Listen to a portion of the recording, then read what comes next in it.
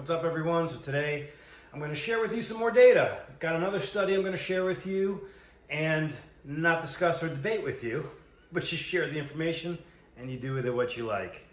All right, so there was a study, COVID-19 vaccination and cardiovascular events, a systematic review and Bayesian, I don't know if I'm saying that right, Bayesian multivariate meta-analysis of preventative benefits and risks. That's a freaking mouthful. Anyway, this study was published in the International Journal of Preventive Medicine, March 14th, 2025 of this year. So what I found interesting was they gave, when you look at the abstract, they only gave you results on coronary artery disease, but they did a bunch of subgroups that they did in their analysis, and some of those subgroups, the statistics in there are very significant. So because in the overall analysis, like if you wiped out all the categories, the only thing that showed up significant was the coronary artery disease.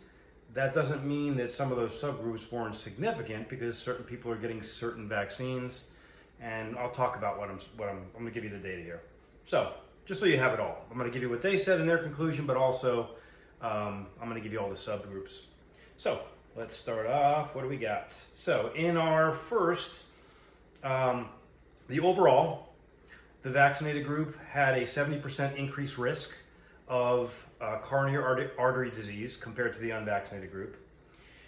And they gave these three numbers. They also said in Pfizer vaccine, just in general, 64% increased risk of coronary artery disease. And then they said the second dose for all the vaccines, and by the way, they looked at, it was mainly the AstroZeneca, which is a viral vector, and the Pfizer mRNA. They did some secondary analysis with Moderna. I don't have that included in this video. So, but anyway, the second dose of all vaccines, the increased risk of coronary artery disease was 244%. So that went up significantly. Now, there's some other significant results that we have to look at some more of the subgroups, okay?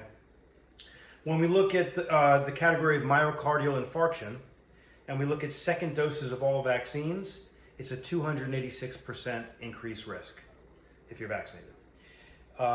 For just Pfizer, it was an 87% increased risk. However, for a second dose of Pfizer, again, they did lots of subcategories, it was 284% increased risk.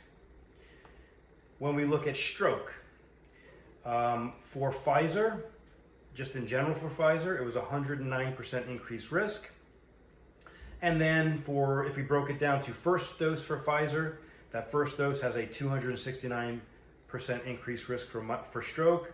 And the first dose of any vaccine had a 240% increased risk for stroke.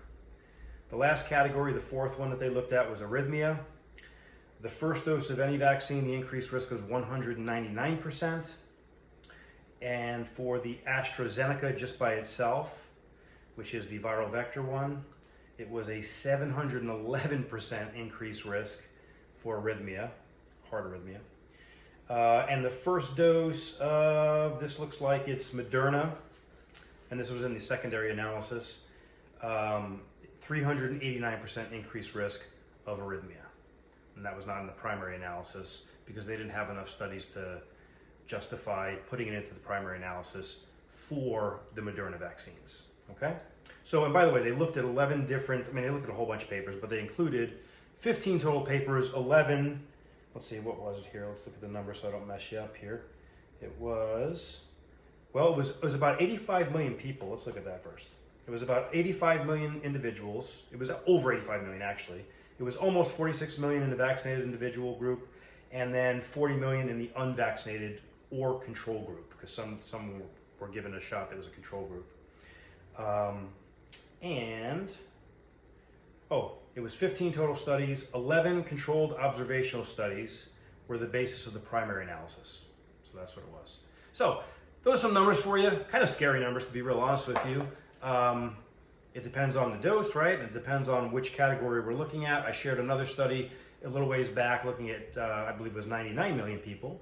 And they looked at 13 different categories, and I shared some results from that. Anyway, the more data you have, the more you know. That's just some information for you. I'm not telling you go this way or that way. I'm saying here's some information. Do what you like with it. Hope you enjoyed the information. Stay strong. I'll see you next time.